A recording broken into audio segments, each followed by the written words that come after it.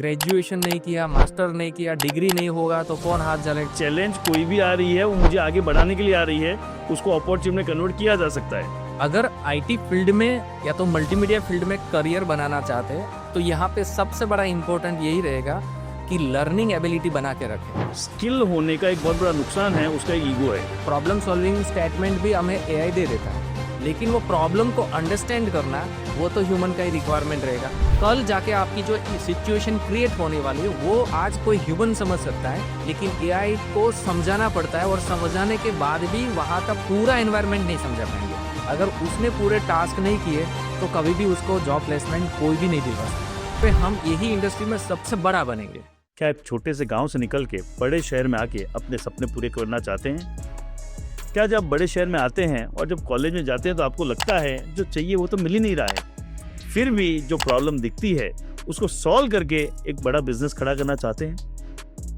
क्या आप बिना बिजनेस बैकग्राउंड के अपना बड़ा बिजनेस खड़ा करना चाहते हैं? तो आज का पॉडकास्ट आपके लिए है। तो आज के पॉडकास्ट में मैं ऐसे व्यक्ति को लेकर आया हूँ जिसकी ऑल ओवर गुजरात 8 शहरों में 22 ब्रांचेस चलती है और मल्टीमीडिया के कोर्सेज कराते हैं और 100% जॉब प्लेसमेंट भी देते हैं।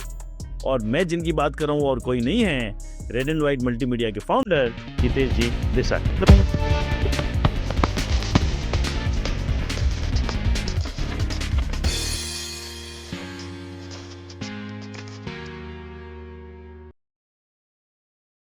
सो पहला क्वेश्चन जो दिमाग में आता है कि जहाँ पहुँचे हो, रेड एंड व्हाइट कहाँ पहुँचा है, आप कहाँ पहुँचे अपनी जगह पे, हाउ यू स्टार्टेड इनिशियली, कहाँ से शुरू किया, क्या किया from childhood? So what was your journey, थोड़ा शॉर्ट में शेयर कीजिए ना आप। Okay, about red and white, right? About Hitesh Desai become reaching till here.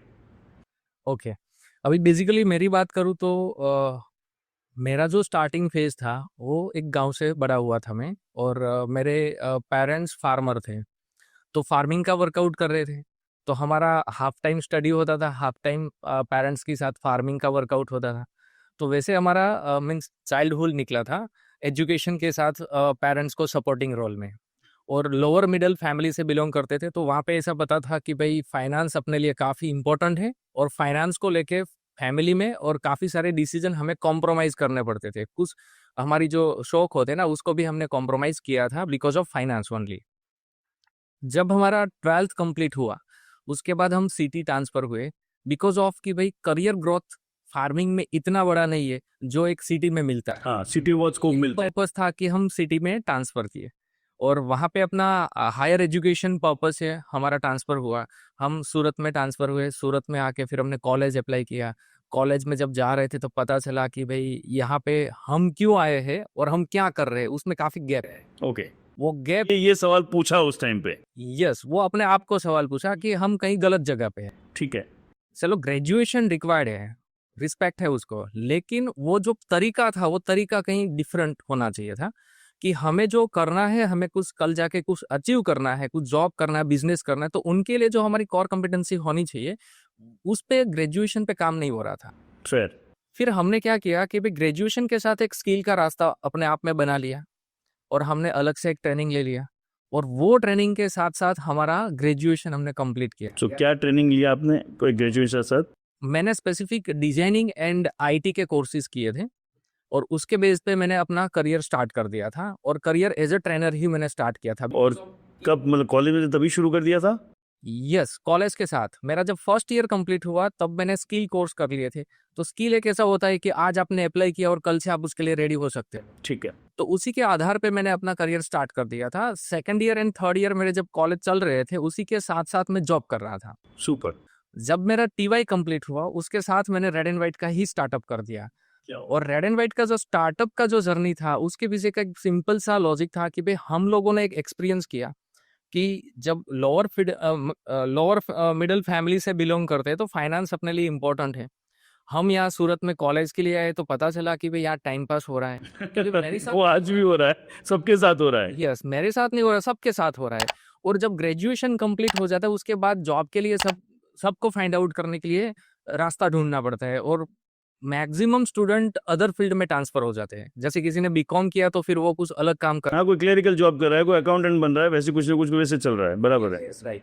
तो फिर वहां पे हमको गैप दिखा कि भाई ये तो पूरी सोसाइटी का प्रॉब्लम है क्यों ना हम इस प्रॉब्लम पे ही काम कर ले। तो वहीं से स्टार्ट हुआ रेड एंड वाइट कि जो एजुकेशन एंड जो इंडस्ट्री इन बिटवीन जो गैप है उसको ब्रिज कर दिया रेड एंड वाइट ने। सुपर। तो आज भी रेड एंड वाइट उसी टाइप के कोर्सेज कवर अप करवाते हैं जो इंडस्ट्री एंड एजुकेशन में गैप है। सुपर। सो स्टार्टिंग फ्रॉम एक छोटे से विलेज शुरू करके जो क्वेश्चन पूछा, सो क्या आप ये एडवाइस करेंगे आजकल के बच्चों को कि जब कॉलेज में तो क्वेश्चन पूछे, नहीं तो क्या जो चल रहा है वो चलने दे, तो क्वेश्चन नहीं पूछ रहा है कोई। तो उनके लिए क्या होता है कि जब हम खुद के साथ काम कर रहे हैं, हम खुद प्लान कर रहे हैं कि हमें कुछ बड़ा करना है और उनके लिए क्या वे होना चाहिए, तब अंदर से क्वेश्चन बनेगा कि मैं जहाँ पे हूँ क्या सही हूँ, तो मुझे क्या करना चाहिए। तो वो जो क्वेश्चन मार्क आएगा वहीं से तो हमें सॉल्यूशन मिलना स्टार्ट हो जाएगा। तो बेसिकली मेरा स्टूडेंट से यही कहना रहेगा कि भाई खुद को तो पूछो हम क्या कर रहे हैं और क्यों कर रहे हैं। बस एक बार वाई क्लियर हो जाएगा ना तो अपने आप से रास्ता दिखना स्टार्ट हो जाएगा। गुड। सो शुरू तो आपने कर दिया, तो अकेले शुरू किया था, कुछ दोस्तों ने मिलकर शुरू किया, तो इनिशियल डेज में चैलेंजेस क्या फेस किए? क्यों कहना मैं समझ रहा हूँ बहुत इजी है कि हाँ थर्ड ईयर में शुरू कर दिया, right. Plus financial was already एक वीक अपना वो फोर्टे था, तो किस तरह से उसको इनिशियल चैलेंजेस क्या फेस किए? राइट। जब ये आपने जो बताया वो कंसेप्ट पे मैंने स्टार्ट करने का प्लान किया था, तब मेरा एक क्लासमेट था, कॉलेज क्लासमेट हसमुख रफालिया, जो मेरा आज पार्टनर है।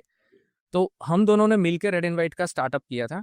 और जो फाइनेंशियली बात करें तो फाइनेंशियली ऑलरेडी हम लोअर थे, हाँ, तो वहाँ पे एक चैलेंज तो था ही। लेकिन हमने जो रेड एंड वाइट की इनिशियल स्टार्टअप की थी वो सिर्फ और सिर्फ 4 कंप्यूटर रख के हमने स्टार्ट किया था। तो एक छोटा सा जगह था, उसके अंदर हमने कंप्यूटर ट्रेनिंग इंस्टीट्यूट स्टार्ट कर दिया, जो उसका नाम था red and white multimedia education. तो वहाँ पे हमने करियर बेस के कोर्सेज करने के लिए स्टार्ट किया। तब इनिशियल फेज पे ये था कि मल्टीमीडिया वर्ड ही लोगों को पता, हाँ पता नहीं था। 2008 की बात कर रहा हूँ मैं। तो लोगों को वन ऑन वन समझाना पड़ता था कि क्यों आप ये कोर्स करें और इनसे क्या फायदा होगा। तो पर्सनल अटैचमेंट देना पड़ता था, लोगों को अपने विश्वास में लेके फिर वो करवाना पड़ता था। फिर लोगों को लगा कि नहीं ये तो बढ़िया काम है, क्योंकि माइंडसेट ट्रेडिशनल था। पढ़ाई किसको बोलते हैं, स्कूल में जाओ कॉलेज में जाओ वही पढ़ाई होती है, बाकी ऐसे ट्यूशन में पढ़ाई नहीं होती, नहीं होती, बराबर। करियर नहीं बनता। ये एक माइंडसेट था, उसको ब्रेक करना। डिग्री मिलेगी तो ही कुछ काम होगा, भले उस यस, नहीं हो रहा है, बराबर है। अभी भी काफी लोग पूछते हैं कि सर डिग्री नहीं होगी तो जॉब, कुछ सर्टिफिकेट मिलेगा, हाँ बराबर। हाँ तो जॉब आराम से मिल सकती है, लेकिन लोगों को डर लगता है। और उसका मैं आपको बताऊं ना कि लोगों की भी दिक्कत नहीं है उसमें, लेकिन ये सिस्टम ही अपना ऐसा था। तो उस वजह से लोगों के माइंडसेट में इतना अंदर तक गया है कि भाई ग्रेजुएशन नहीं किया, मास्टर नहीं किया, डिग्री नहीं होगा तो कौन हाथ जलेगा। ऐसा नहीं है, अगर स्किल होगा, अंदर से स्ट्रेंथ होगा, तो दुनिया की कोई भी ताकत आपको नहीं रोक सकती। गॉट। सो इनिशियली मैं जो समझ पाया हूँ, आपने छोटी जगह ली और आप दोनों ही पढ़ाते थे और आप दोनों ही सब कुछ चलाते थे। That's how you started. Yes yes. Okay, so it's a long journey coming up, के बोलते हैं ना, जहाँ खुद पढ़ाना शुरू करके आज इस स्टेज पे हो गई, you are building the whole company. Got. Right. So transition phase कब से शुरू हुआ? एक तो आपने पढ़ाना शुरू किया, कब लगा कि red and white could be this big? 22 branch हो सकती है, शायद साल 2 साल में आईपीओ आ सकता है, या it could make such a difference in the society, forget about the financial side. कब आपको ये हुआ कि इसको बड़ा किया जा सकता है? जब 15-16 का टाइम था, 15-16 का, तो 7-8 साल का वो फेज। साल तो हमने वहीं पे ही निकाले थे। और वहाँ पे माइंडसेट और बना, बिजनेस बैकग्राउंड से हम बिलोंग नहीं करते थे, बिजनेस बैकग्राउंड से हमारा एजुकेशन जर्नी नहीं था। तो जो भी करना था वो खुद पे एक्सपेरिमेंट करके ही करना था। तो 15-16 से हमारा एक विजन क्लियर हुआ कि भाई हम यही इंडस्ट्री में सबसे बड़ा बनेंगे, और जो करेंगे हो लीडरशिप के पार्ट पे करेंगे, यानी कि कुछ नया एग्जाम्पल बनाएंगे और अपने एग्जाम्पल के आधार पे लाखों लोग चलने वाले होने चाहिए। तो तभी तो एक लीडर बन सकते हैं। तो फिर हमारा एक विजन क्लियर हुआ कि भाई हम पूरे इंडिया में ये अपना स्पेस है कि सब लोगों को स्किल की रिक्वायर्ड है। और ऑलरेडी 2014 से गवर्नमेंट भी काम कर रही है, जब से मोदी साहब सेंटर में बैठे हैं तब से उसने काम किया है कि भाई स्किल इंडिया बोल दो। हाँ, skill India is very popular. Right.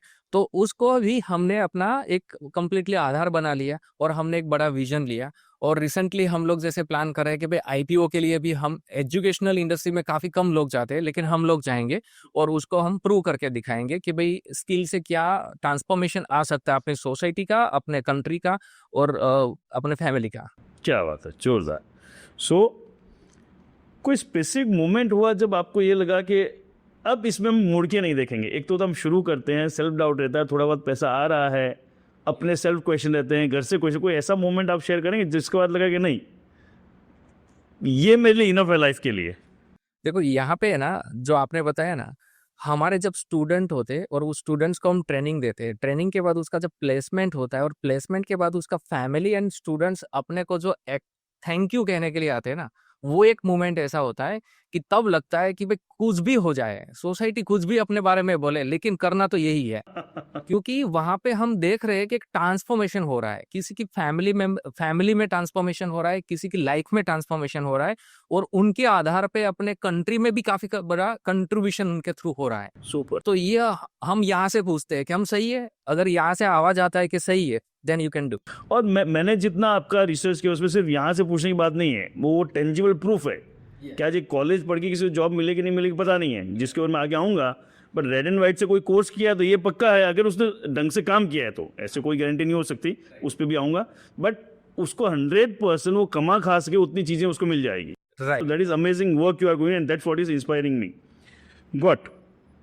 So what is the one most important skill you developed जिसको आप श्रेय देते हैं यहाँ तक पहुँचने में, कि ये स्किल मैंने डेवलप की? यस, उसके लिए मैं मोस्ट इम्पोर्टेंट बताऊंगा कंसिस्टेंसी। ओके। हमने ऑलवेज कंटिन्यू ही मेहनत रखा है, कोई भी प्रॉब्लम आ जाए हम अपने रास्ते से भटके नहीं है। ठीक है। सो जो डिसाइड किया, पहले जो पढ़ाना था वो था, फिर विजन बनाया तो वो था, उसमें दिक्कत आई, तो कोई ऐसी स्पेसिफिक चैलेंज आई जो आप शेयर करना चाहेंगे? ये चैलेंजेस तो काफ़ी सारे आते रहते हैं, लेकिन हम चैलेंजेस को अभी तो ऐसे नहीं समझ रहे कि वो चैलेंज है। वो हम समझते हैं कि भाई अपने लिए वो कोई ना कोई एक ऐसा एग्जाम्पल है कि हमें जो मजबूत कर रहा है, हमें को वहाँ पे स्ट्रेंथ दे रहा है। एग्जैक्टली। सो ऐसी कोई चैलेंज या जो स्ट्रेंथ देने वाली कोई बात बताइए। यस, काफ़ी सारे, जैसे अभी समझ लो कि भाई कोविड आया, हाँ। तो कोविड ने काफ़ी बड़ा स्ट्रेंथ दिया हमें, क्योंकि एक साल के लिए एजुकेशन इंडस्ट्री, आप भी एजुकेशन से, तो आपको पता है कि भाई वहाँ पे फाइनेंशियली बड़ा प्रॉब्लम था, और साथ ही में टीम को मैनेज करना, स्टूडेंट्स पेरेंट्स को मैनेज करना, तो एक बड़ा क्रिटिकल था। अपने आप को भी मैनेज करना, अपनी फैमिली को मैनेज करना, तो पूरा क्रिटिकल सिचुएशन में हम काफ़ी स्ट्रेंथ वाले हो गए कि भाई जो भी कर रहे हो लॉन्ग टर्म प्लानिंग के लिए करे, तो वहाँ पे एक प्रिपरेशन रख के काम करे, ताकि ऐसा ना हो जाए कि भाई एक साल के लिए आपका अगर बिजनेस शट डाउन हो गया तो आपकी टीम बिखर जाए। क्योंकि मैं मानता हूँ मेरी टीम ही सब है, जो एग्जैक्टली। भी मेरे लिए वो मेरा, हाँ एग्जैक्टली। तो वहाँ पे संभालना और उसके हिसाब से काम करना, तो वो मेरे लिए सबसे बड़ा एक चैलेंज भी था, और वहाँ पे हमने पॉजिटिवली पास ऑन भी कर लिया था। सुपर। मैंने जितनों के इंटरव्यू किया ना, मोस्टली एक मेरा कॉमन थ्रेड दिख रहा है। कोविड जब था बहुत डरावना था, डेंजरस था, बहुत तकलीफें थी, बट जो निकल गए उसके बाद लगता है कि नहीं, दैट वाज अ ब्लिस। या चाहे पर्सनल लाइफ में ले लो, प्रोफेशनल, हर तरह से लोगों ने उसको उसमें से पॉजिटिव चीजें निकाली है। यस, यहाँ पे मेरा बिलीफ ये है कि कोई भी चैलेंज है ना, वो हमें बिल्ड करने के लिए आती है, हमें ब्रेक करने के लिए तो तभी आती है जब हम ब्रेक होना चाहते हम ब्रेक होना चाहते हैं। सुपर। और मुझे आपका ये कॉन्टेक्स्ट बहुत अच्छा लगा कि चैलेंज कोई भी आ रही है, वो मुझे आगे बढ़ाने के लिए आ रही है, उसको अपॉर्चुनिटी में कन्वर्ट किया जा सकता है, और मैं ही खुद ब्रेक हो गया तो फिर वो कोई मुद्दा ही नहीं है। कोई मुद्दा ही नहीं है। अगर कोई ये मल्टीमीडिया इंडस्ट्री में अब घुसना चाहता है, ओके, कोई स्टूडेंट है, कोई पेरेंट है, कोई अभी घुसना चाहता है, तो उस वन पीस ऑफ एडवाइस आप क्या देंगे?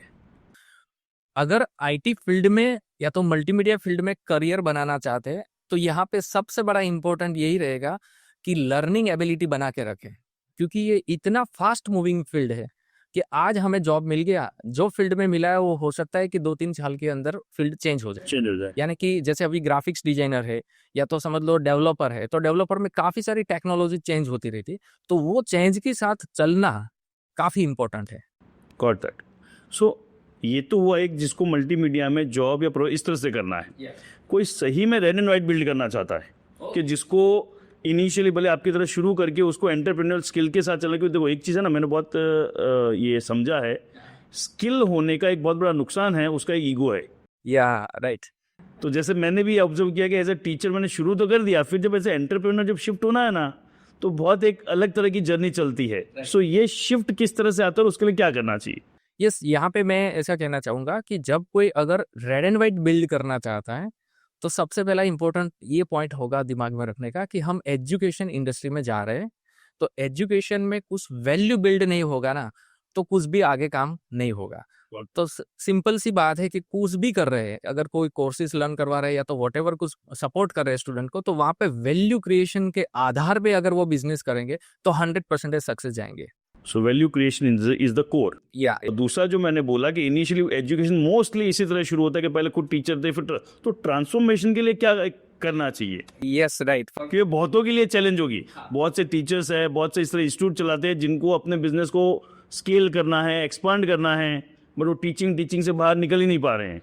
Yes right. उसके लिए क्या होता है कि जैसे हम इनिशियल फेज पे एंटर होते हैं तो हम ही एग्जीक्यूटर होते हैं, हाँ। हम ही हर एक काम करते हैं।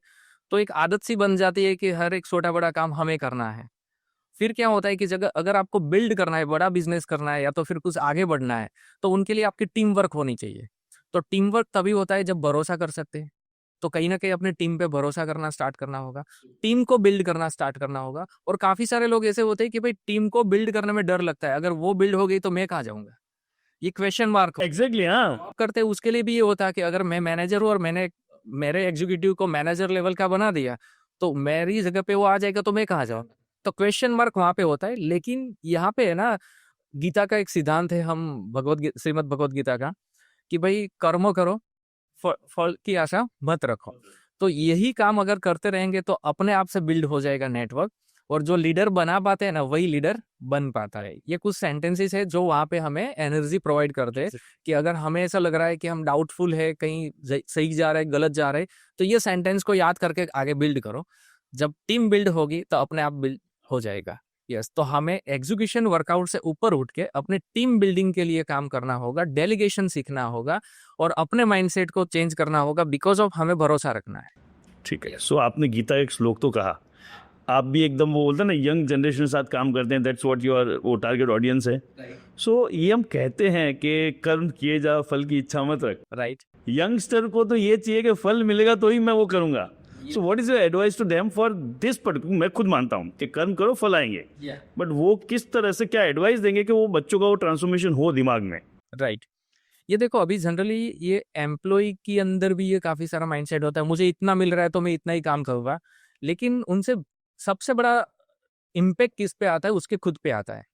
फॉर एन एग्जाम्पल, अभी उसको जो सैलरी मिल रहा है उस हिसाब से 8 घंटे काम करना है, तो 8 घंटे मीन्स वर्क लाइफ बैलेंस हो गया, अच्छी बात है। लेकिन अगर उसको कुछ ज्यादा काम करने के लिए अगर ऊपर से मिल रहा है तो वो नहीं करेंगे, बिकॉज ऑफ कि मुझे सैलरी नहीं मिल रहा है।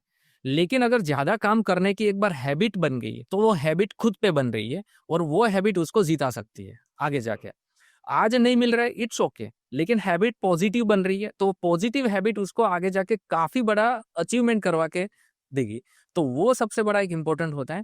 और दूसरी बात है कि भाई ये हमने देखा है और एक्सपीरियंस भी किया है कि अगर आप कहीं पे अच्छा काम कर रहे हैं ना, तो उसका फल कहाँ से मिलेगा वो पता नहीं है, लेकिन मिलता जरूर है। मिलता है। ये एक्सपीरियंस बात है और वो फील करने की बात है। तो थोड़ा बहुत तो ट्रस्ट उस पे भी रखना होगा। श्रीमद् भगवत गीता के ये जो 5000 साल पहले बोले गए सेंटेंस पे भी तो हमें फोकस करना होगा कि भाई ऐसे ही तो लिखा हुआ नहीं है, उसमें है कोई पावरफुल। ठीक है। वो आपका ये स्टेटमेंट मैं भी बहुत रिलेट करता हूँ कि आप तो अच्छे कर्म करो, यहाँ आप कुछ कर्म करोगे उसका फल का शायद कहीं पे मिलेगा, पर उसका फल मिलेगा 100%। Yes yes. इतनी साल की जर्नी है, टफ टाइम भी आते हैं, हाई टाइम आते हैं, load, how you keep yourself motivated? मुझे मोटिवेट रखने के लिए सिंपल सी एक है कि मैंने जो एक्सपीरियंस किया था कि एक इंडस्ट्री एंड एजुकेशन के बीच में गैप था और उसकी वजह से मैं कहाँ फंस पड़ा था, तो वो एक गैप हमें क्लोज करना है। और आज भी गैप है, वो बदलता रहता है, डिफरेंट रूप में आ जाता है। तो वो एक चीज है कि भाई अगर मैंने लेफ्ट किया, अगर मैंने स्टॉप किया, तो फिर उन लोगों का क्या, वो एक क्वेश्चन मार्क है, वो हमें एक एनर्जी देता है। दूसरा है हमारा विजन। हमने जो एक विजन बनाया कि हमें कुछ ये करना है और मीन्स लाखों लोगों तक हमें स्किल पहुंचाना है, तो वो हमारा विजन, ये दो चीज में ऑलवेज एनर्जी प्रोवाइड करता है। ठीक है। सो अब तक हमने बहुत बारी एजुकेशन की बातें की। मान लो आपको इंडिया का एजुकेशन मिनिस्टर बना दिया जाता है, ओके। सो क्या ट्रांसफॉर्म, क्योंकि ये बातें बहुत होती है, पूछना पर्पस ही मेरा है कि मैं बहुत सारे जन ऐसे जानता हूँ जिनको एजुकेशन नहीं पसंद है। नहीं पसंद है एक बात है, बट क्या इसके अंदर आप चेंजेस लाओगे जिससे एक्चुअल में एजुकेशन के अंदर ये चेंज आए और स्कूल और कॉलेज में ये चीज़ें मिलने शुरू हो? यस, यहाँ पे देखो, करंट एजुकेशन सिस्टम जो अभी 2020 में गवर्नमेंट ने अप्लाई किया, न्यू एजुकेशन पॉलिसी, यस, जो इंट्रोड्यूस किया ना, वो पॉलिसी सबसे बड़े पहले तो मैं इम्प्लीमेंट करवाना चाहूंगा, बिकॉज वो पॉलिसी में कोई डाउट नहीं है। हाँ, इम्प्लीमेंट में क्वेश्चन है। इम्प्लीमेंट एक क्वेश्चन मार्क रहता है। और इम्प्लीमेंट में भी क्या होता है कि ग्राउंड लेवल के जो टीचर या तो प्रोफेसर है वो तो पुराने ही है। तो सबसे बड़ा मेरा फोकस सेकेंडरी होगा कि उन लोगों की ट्रेनिंग पे, सुपर। अगर वहां पे काम होगा, जैसे गुजराती में बोलते हैं ना, कुआ में होय तो अवाड़ा, हमारा माँ है, बराबर से। राइट। तो उसी आधार पे अगर मेरे टीचर्स, मेरे प्रोफेसर परफेक्ट होंगे तभी जाके ये कर पाएंगे। और थर्ड चेंज होगा कि मैक्सिमम प्रैक्टिकल, सुपर। क्योंकि हम छोटे थे वहां से बड़े हुए ना, तो उसमें बोलना सीखा प्रैक्टिकल, चलना सीखा प्रैक्टिकल, बाइक चलाना सीखा, साइकिल चलाना सीखा, सारी चीजें प्रैक्टिकल सीखे। आज तक हमने बुक्स नहीं पढ़ी है, एग्जैक्टली। राइट? स्विमिंग भी हमने प्रैक्टिकल सीखा है। इवन ये बिजनेस करना प्रैक्टिकली सीखा है, कहीं कोई कोई सीख के तो आया नहीं थे, और ना तो आपका बैकग्राउंड है। बेसिकली ह्यूमन मैकेनिज्म ही ऐसा है कि अगर कुछ इंसिडेंट बनते हैं तो वो अपने आप में लर्न कर लेता है, क्योंकि हम खुद एक एआई मॉडल है जो अपने आप में सीखते जाते हैं। तो कहने का मतलब है कि अगर हम प्रैक्टिकल पे जाएंगे तो ज्यादा फास्ट लर्न होगा, और फास्ट युग के अंदर हम फास्ट रिकवर कर पाएंगे। और अगर हम थियोरिटिकल जाएंगे, थियोरी जरूरी है लेकिन इतना ज्यादा नहीं है कि सिर्फ और सिर्फ थियोरी पढ़ो। तो उनका कॉम्बिनेशन जो है, जो न्यू एजुकेशन पॉलिसी में काफी अच्छी तरह से बोला, मीन्स कहा गया है। लेकिन उसको इम्प्लीमेंटेशन पार्ट में जाएंगे। सो इम्प्लीमेंटेशन में दो पार्ट देखता हूँ। एक आपने बहुत बहुत पावरफुल चीज़ कही कि वो जो ग्राउंड लेवल टीचर्स हैं उनके ऊपर काम करना पड़ेगा। एक क्वेश्चन मुझे पर्सनली एज ए एजुकेटर भी आता है कि प्रैक्टिकली बातें करते हैं, और मैं खुद आप जो बोलते हैं उसका बहुत स्ट्रांग बिलीवर हूँ, लेकिन जब इंडिया जैसे कंट्री में जहाँ करोड़ों करोड़ों स्टूडेंट्स है, वहाँ उसको सिस्टमेटिक वे में कैसे इम्प्लीमेंट किया जाए? ओके, क्योंकि एक क्या है, ये सिलेबस है, सिलेबस पढ़ना वो सबको पढ़ा दिया, ठीक है। राइट। जब प्रैक्टिकल आते हो सबका एक्सपीरियंस अलग होगा, सबका काम करने का तरीका अलग होगा, तो ये करोड़ों बच्चों के अंदर कैसे वो सिस्टमेटिक वे में, क्योंकि सिस्टम तो चाहिए कुछ ना कुछ। राइट। वो फ्रेमवर्क बनाना पड़ता है, लेकिन पॉसिबल है। लाइक जैसे अभी समझ लो कि कोई भी हम चीज सिखा रहे हैं स्टूडेंट्स को, तो उसको हम वर्बली बोल रहे हैं। उसकी जगह पे वही उसी स्टूडेंट्स को अगर हमने फील्ड में भेजा और फील्ड से वो कुछ लर्न करके आए, कुछ बेसिक, जैसे गाँव लेवल मीन्स ग्रामीण लेवल है, तो वहाँ के लेवल से वो अपने आप में एक्सपीरियंस करके आ जाए। तो वैसे प्रैक्टिकल एग्जाम्पल के पार्ट रूप हमें कुछ ना कुछ केस स्टडी के बेस पे पढ़ाना पड़ेगा, सिर्फ थियोरी नहीं। फ्रेमवर्क तैयार करना पड़ेगा। मेनली ऐसा हो, जो मैं आपकी बात समझ पा रहा हूँ, तो कुछ चीज़ें ऐसी होगी जो 10-20% को एक्चुअल जाके फील्ड में काम करना है, और 80% जो क्लास में पढ़ते हैं उसमें वो केस बेस पढ़ाना चाहिए। या राइट। Got that. तो नहीं तो मुझे हमेशा क्लियर है कि मुझे अगर एक स्कूल में 1000 बच्चे और 1000 का जो प्रैक्टिकल भेजना है, तो वो अपने आप में एक बड़ी चैलेंज है कि कहाँ उनको प्रैक्टिकल ट्रेनिंग दे। या राइट, लेकिन वो माइंडसेट की ही दिक्कत है। अगर समझ लो इंटर्नशिप बेस पे लोग काम करते हैं, हमारे ही स्टूडेंट फॉरेन जाते हैं तो वहाँ पे प्रैक्टिकल कर लेते हैं, और वो अपने आप में यहाँ पे स्पून फीडिंग ज्यादा हो रहा है कि हर एक चीज सिखाओ। लेकिन कुछ चीज ऐसी होती खुद सीख के आ जाए तो वो बेटर है कि लाइफ टाइम वो याद रखे। सो ये मल्टीमीडिया इंडस्ट्री किस तरह इवॉल्व हो रही है, and what you see the future, specially जब एआई का भूत एकदम सर पे नाच रहा है। So how you see the multimedia industry impact, AI कैसे इसको इम्पैक्ट करेगा? Multimedia industry and IT industry की मैं बात करूँ तो एआई उस पे जो अभी आ रहा है और चल रहा है, उसके अंदर बात करें तो पूरा चेंज हो रहा है। लाइक जो रिपीटिंग टास्क थे वो पूरे एआई बेस पे मूव ऑन हो रहे हैं। जहाँ पे भी ह्यूमन टच की रिक्वायर्ड थी, जहाँ पे ह्यूमन लॉजिक की रिक्वायर्ड थी, वहां पे भी कुछ हद तक एआई आ चुका है। जैसे अभी प्रॉब्लम सॉल्विंग की बात करें तो प्रॉब्लम सॉल्विंग स्टेटमेंट भी हमें एआई दे देता है, लेकिन वो प्रॉब्लम को अंडरस्टैंड करना वो तो ह्यूमन का ही रिक्वायरमेंट रहेगा। तो अभी क्या होगा कि पहले जो आईटी इंडस्ट्री था वो महंगा था, कुछ छोटे बड़े बिजनेस उसको पहुंच नहीं पा रहे थे, लेकिन अभी क्या होगा, एआई की वजह से वो थोड़ा सस्ता होगा, सर्विसेज थोड़ी फास्ट हो जाएगी, सर्विसेज थोड़ी कॉस्ट डाउन हो जाएगा। तो उसकी वजह से अपनी जो इंडस्ट्री आज तक आईटी को टच नहीं कर पाई थी वो टच करेगी, तो मार्केट बढ़ेगा। और ये मार्केट जब बढ़ेगा ना, तब एक नया सेगमेंट क्रिएट होगा, और उनको सपोर्ट एंड इम्प्लीमेंटेशन पार्ट में काफी बड़ी रिक्वायरमेंट क्रिएट होगी। तो बोलते हैं ना कि भाई रिवॉल्यूशन आएगा ना, तब कुछ जॉबें जाएगी भी घर, लेकिन ऐसे कितनी सारी जॉबें न्यू क्रिएट होगी। सो ये फायदा होता है जो मल्टीमीडिया के अंदर घुसा उस बंदे से बात करने का। नहीं तो एआई का सिर्फ डर सब बात कर रहे हैं, बट एआई आने के बाद उल्टी चीजें बढ़ जाएगी, ये मैं आपसे सुन पा रहा हूँ। दूसरा, जब कंप्यूटर आए थे, मैं उस टाइम पे कॉलेज में, तब यही बातें चलती थी, कंप्यूटर सबके जॉब चले जाएंगे, इनफैक्ट जॉब बढ़े। यस, कैसे बढ़ेंगे वो पता नहीं, बट बढ़ेंगे वो दिखता है। राइट।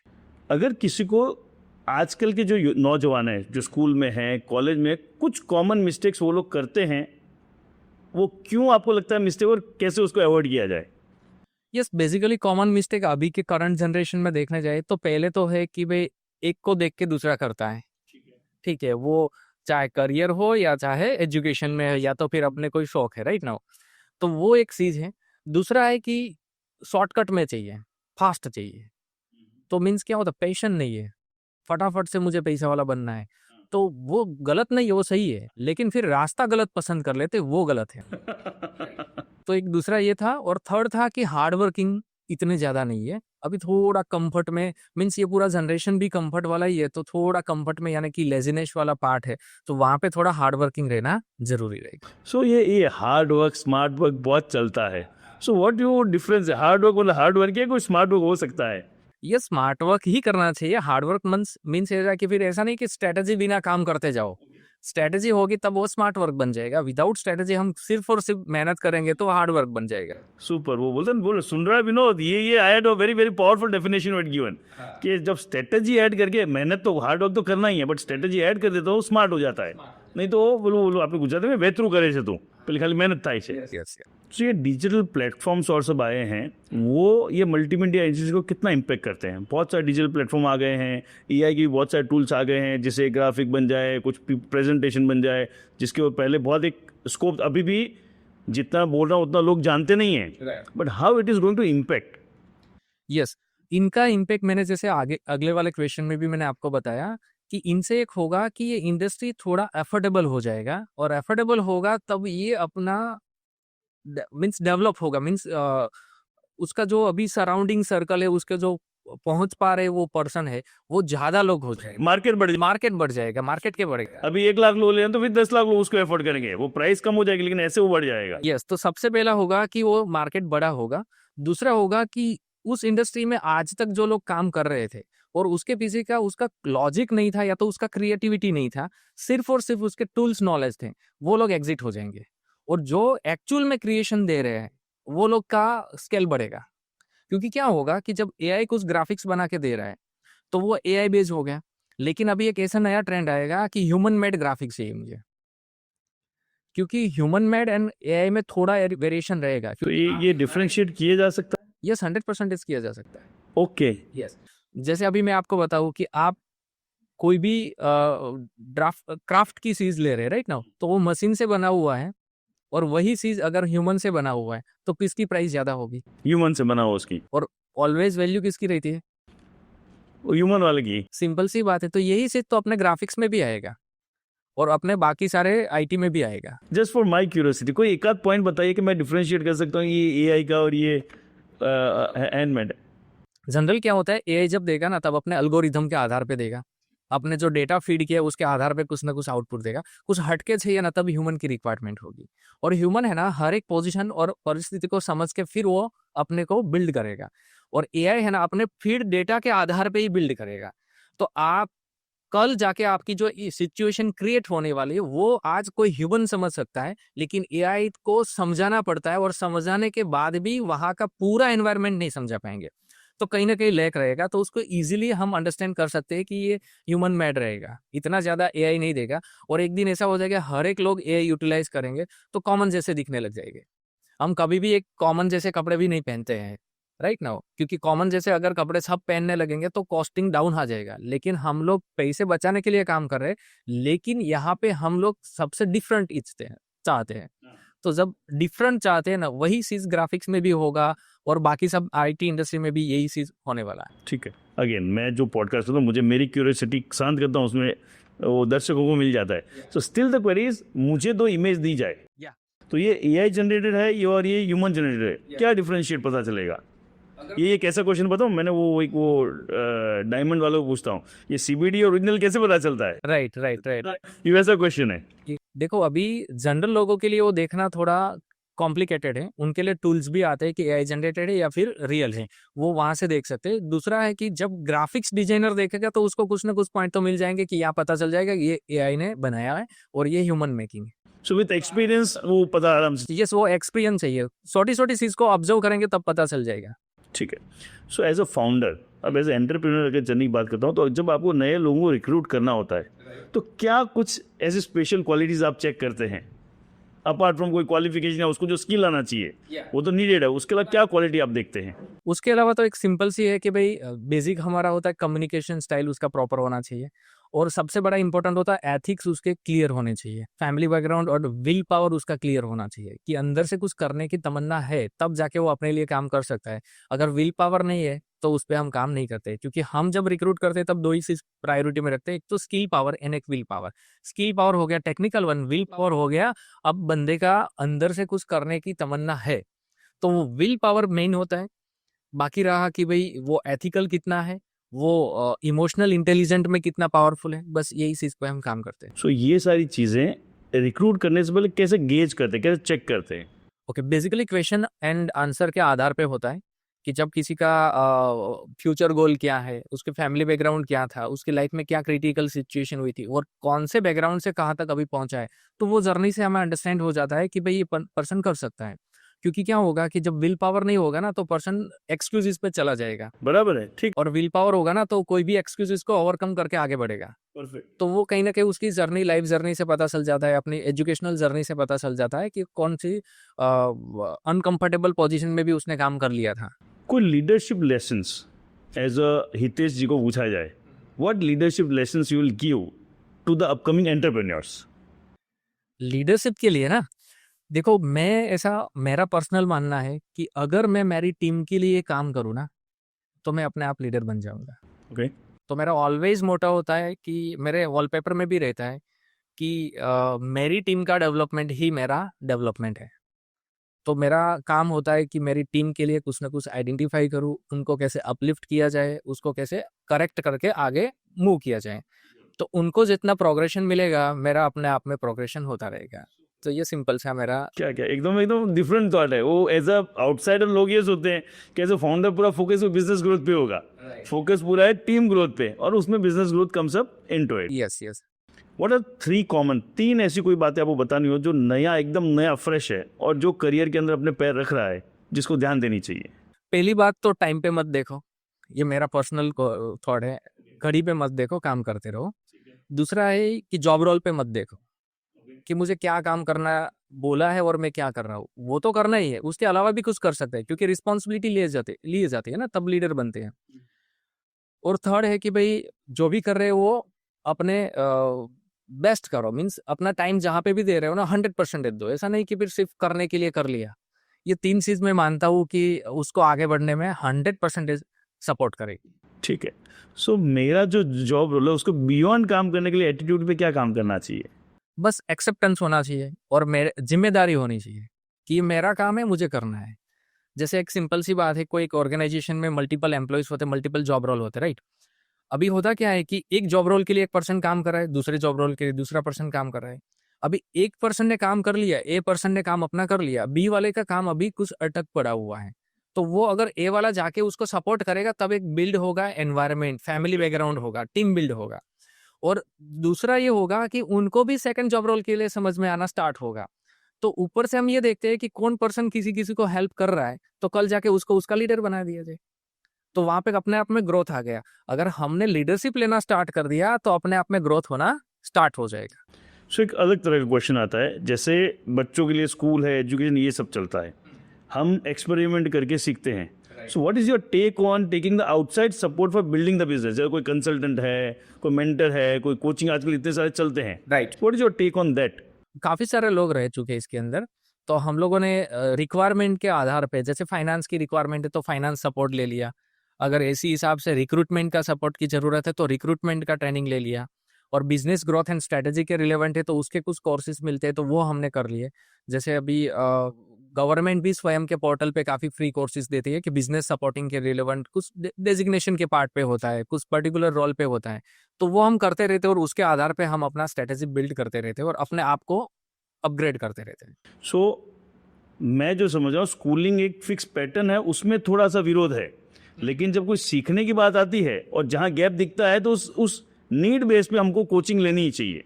यस, मेरा यहाँ पे कंप्लीटली ये मानना है कि अगर आप कुछ गोल तक जा रहे हो तो गोल पहले क्लियर होना चाहिए और उनका एक पाथ क्लियर होना चाहिए। तो उस पाथ के अंदर जो भी नीड आ रहा है ना, वो जहीं से भी मिल रहा है वहीं से कर लो, कोई दिक्कत नहीं है। सीखना तो जरूरी है और अंत तक सीखना पड़ेगा। लेकिन क्या सीखना वो मैटर करता है। क्या सीखना और कैसे सीखना। यस यस, तो अगर समझ लो कि मैं कोई गलत चीज सीख रहा हूँ, कोई काम का ही नहीं है, मेरे जर्नी में आने वाला ही नहीं है, वो पार्ट को मैं सीख लूँ तो कोई मतलब नहीं बनता है।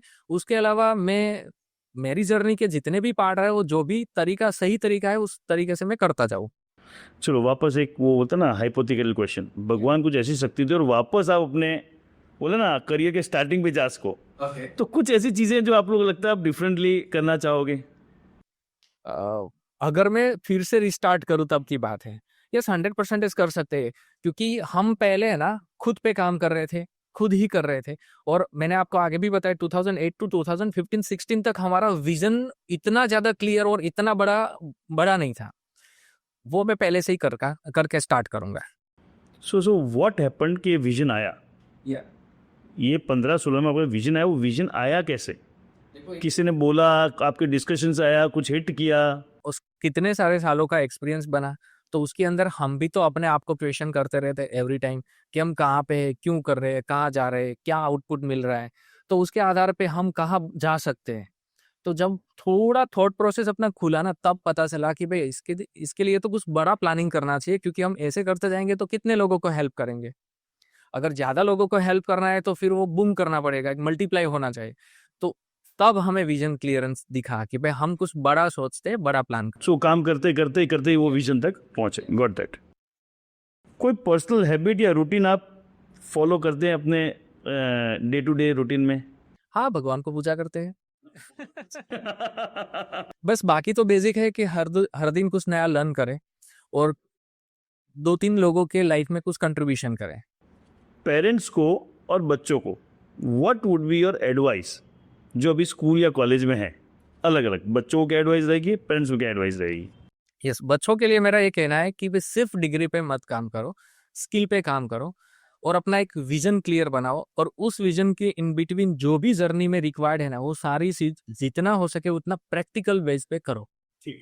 और पेरेंट्स को मेरा ये कहना है कि सिर्फ ट्रेडिशनल एजुकेशन पैटर्न अपने बच्चों पे मत डालो, और अपने स्वप्न को, अपने एक होता है ना कि भाई मेरा बेटा डॉक्टर बनेगा, मेरा बेटा इंजीनियर बनेगा, तो वो पेरेंट्स का विजन था, पेरेंट्स का एक स्वप्न था, और स्टूडेंट्स की स्ट्रेंथ उस हिसाब से थी नहीं थी, हम नहीं देखते और उसके ऊपर ट्राई करते कि उस पे हम डाल दे।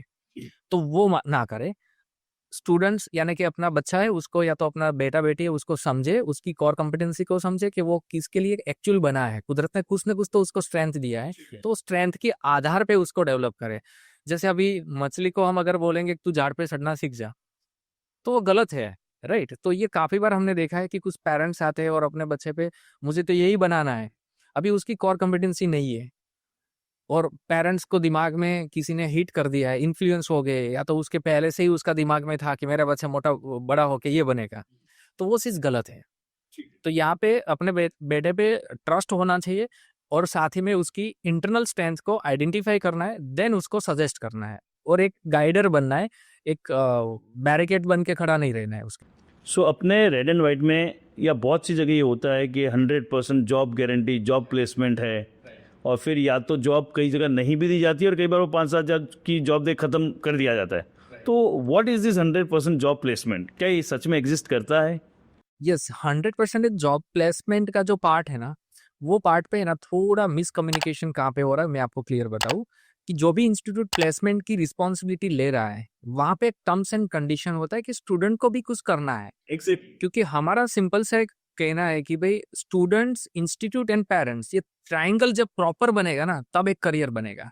ठीक है। उसमें से कोई भी एक कोना लूज होगा तो करियर बन पाएगा नहीं।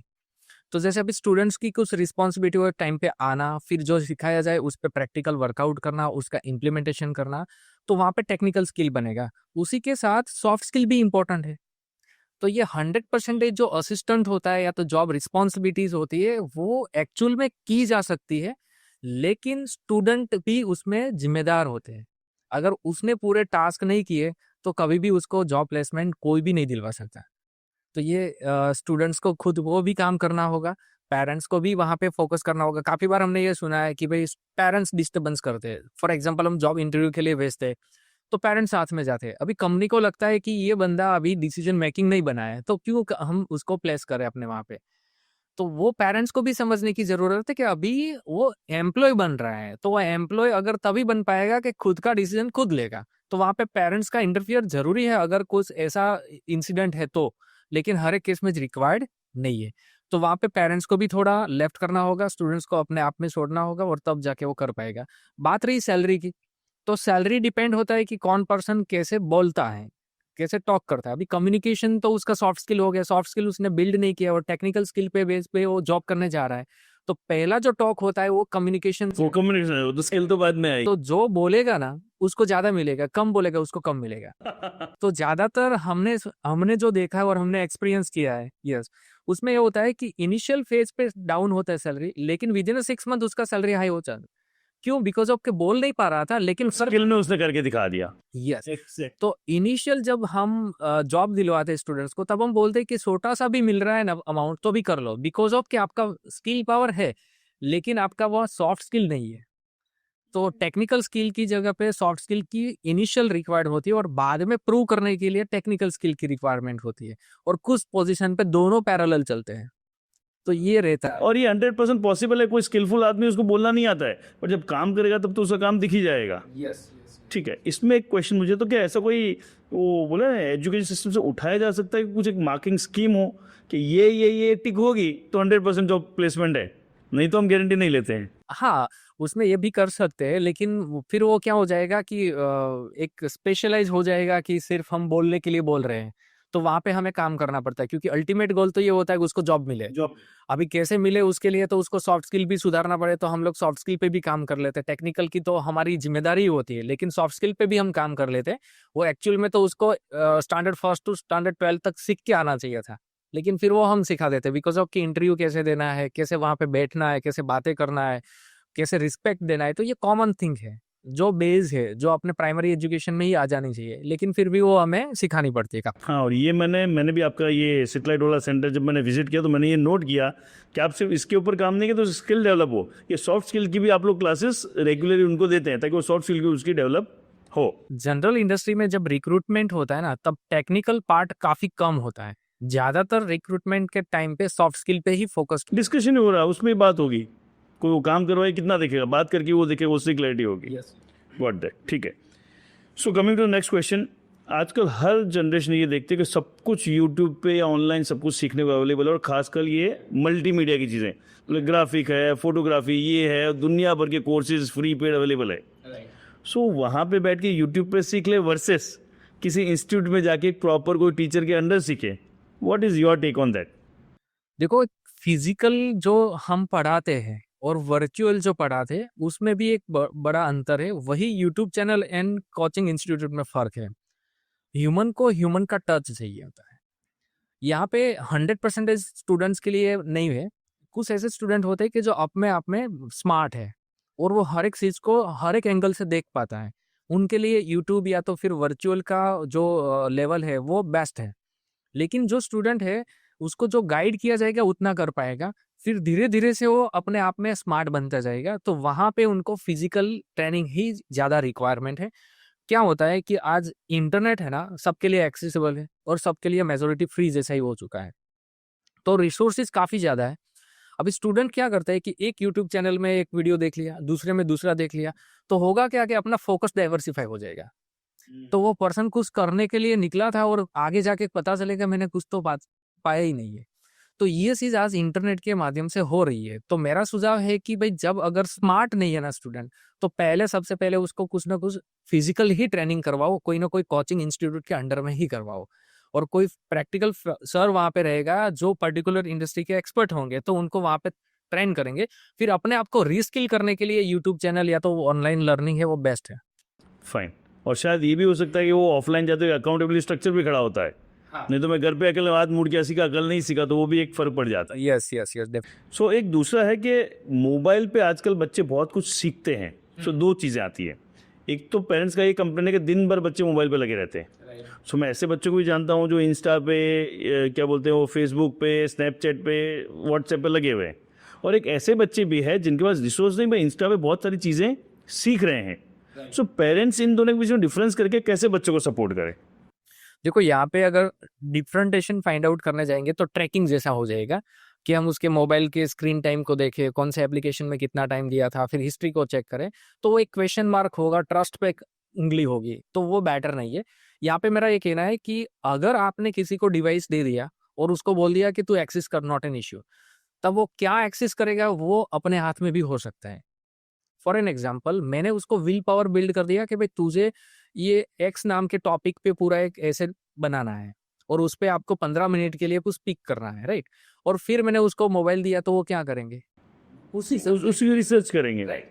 अगर मैंने कोई सब्जेक्ट ही नहीं दिया, उसके विल पावर ही नहीं है, कुछ करने की तमन्ना ही नहीं है, और मैंने दे दिया, तो वो क्या करेगा, टाइम पास करेगा। तो पेरेंट्स को क्या करना चाहिए कि उसको नर्चर करना चाहिए। पॉसिबिलिटीज है उसमें, लेकिन नर्चरिंग का कहीं ना कहीं गैप है। तो हम नर्चर करते जाएंगे कि फेसबुक का कैसे बेस्ट यूटिलाइज हो सकता है, सोशल मीडिया का बेस्ट कैसे यूटिलाइज हो सकता है, यूट्यूब का बेस्ट यूटिलाइजेशन क्या हो सकता है। जैसे बेसिक है कि भाई यूट्यूब में अगर आपने काफी सारे टेक पर्सन को सब्सक्राइब कर लिया है, तो जब आप शॉर्ट्स देखेंगे तो उसके ही दिखते जाएंगे। तो वहां पे तो आपका दो काम हो रहा है, आपको एंजॉयमेंट भी हो रहा है और आपका लर्निंग भी हो रहा है, तो वो बेस्ट है। तो वहां पे स्टूडेंट रिफ्रेश भी हो जाएंगे और कुछ नया सीख के भी बाहर आ जाएंगे। सो कोई ऐसा पैरामीटर जो पेरेंट ट्रैक कर पाएंगे कि वो सही यूज कर रहा है, गलत यूज कर रहा है? यस, काफी सारे हिस्ट्री पॉइंट्स होते हैं, और वो किसको लाइक करता है, वो किस टाइप के वीडियोस को लाइक करता है। आज सिंपल से किसी का भी सोशल मीडिया देखो ना, तो उनके दिमाग की इम्पैक्ट उसके सोशल मीडिया के फीड पे, एग्जैक्टली। राइट। तो हम अगर उसके सोशल मीडिया को क्रॉल करते जाएंगे, तो हमें सामने से जो सोशल मीडिया जो एडवर्टाइजमेंट दिखा रहा है ना, वो उसके इंटरेस्ट के आधार पे दिखा रहा है। तो वहीं से पता चल जाएगा कि मेरा बेटा मेरी गैराजरी में क्या देख रहा था। एग्जैक्टली। वो मुझे अभी भी एक ना बहुत सालों पहले का एक वो ये क्या बोलते हैं मेल याद आ रहा है। किसी ने मेल किया कि भाई मेरे फीड पे बहुत सारा क्या एडल्ट कंटेंट आता है, तो आप अपनी चीज़ें सुधारिए। और वो फेसबुक ने रिप्लाई ये किया था कि हम कुछ नहीं बेचते हैं, आप जो देखते हो उसके आधार पे हम चीज़ें दे रहे हैं, तो डोंट ब्लेम अस, आप क्या देख रहे हो उसको आप क्लियर कीजिए। राइट।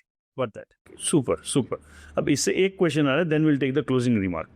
बहुत सारे बच्चे देखता हूँ जो यूजली टैलेंटेड है, या किसी को जैसे आजकल बहुत सारे बच्चे जो ग्राफिक डिजाइनिंग और बहुत अच्छा सीखे हुए हैं, किसी को म्यूजिक के अंदर है, कोई स्पोर्ट्स के अंदर है, और पेरेंट्स को ये लगता है कि पढ़ेगा नहीं तो क्या होगा। सो उसको पढ़ने का तो कांस्टेंट वो एक फोर्स रहता ही है। So what is your advice on that to parents? देखो यहाँ पे है ना, एक बैठ के पूरा प्लान करना पड़ेगा पेरेंट्स एंड स्टूडेंट्स को। जैसे अभी कोई सिंगिंग में पावरफुल है और पेरेंट्स बोल रहे हैं नहीं तुम पढ़ाई में फोकस करो, तो मेरा ये कहना है कि अगर उसको लाइफ टाइम सिंगिंग को ही करियर बनाना है, तो पहले सिंगिंग के करियर मीन्स सिंगिंग के अंदर काम कर रहे उस टाइप के प्रोफेशनल्स को मिलके एडवाइस ले लो, काउंसलिंग कर लो। अगर ये बंदा फ्यूचर में करियर बना सकता है सिंगिंग में, देन उसके एजुकेशन पे फोकस मत डालो। अगर मैं आपको क्लियर बताऊं कि सचिन तेंदुलकर जब छोटे थे, उसके पापा ने उसको पढ़ाई पे ही फोर्स करवा दिया होता और उसके जो बैट एंड बॉल साइड रखवा दिए होते, तो उसका करियर क्या हो सकता, वो आईपीएस आईएएस नहीं बन सकता था, राइट। तो यही चीज हमें हर एक पेरेंट्स को कहना है कि भाई आप अपने बच्चे को समझो, इंटरनल स्ट्रेंथ को समझो और उसकी पॉसिबिलिटीज फ्यूचर में क्या है, वो टेक्निकल या तो फिर फील्ड एक्सपर्ट से जाके कंसल्ट कर लो। देन आप डिक्लेयर करो कि हमें क्या प्लान करना है, क्योंकि जैसे आगे मैंने बताया हार्डवर्क से बेटर है स्मार्ट वर्क करो। तो वो स्मार्ट वर्क जो करना है वो स्ट्रेटजी के साथ करना है, बस तब जाके कंप्लीट काम हो सकता है। Got that. सो हमने बहुत सारी चीज़ें डिस्कस की है, समझी है, और शायद ऑडियंस को इसमें बहुत सारी वैल्यू मिलेगी। What's your closing remark, anything which you will like to sum up? ये सिंपल सी बात है कि भाई वैल्यू बिल्ड करो, जहाँ पे भी कर रहे हो 100% करो, और जो कर रहे हो वो कंटिन्यू करते जाओ। अगर कोई दिक्कत आ रही है, कोई हर्डल्स आ रहे हैं, तो उसको फेस करो और उसको आगे बढ़े, उसको ओवरकम करो, बस ये सबसे बड़ा रिमार्क। चलो, thank you so much Hitesh भाई। It was amazing talk with you.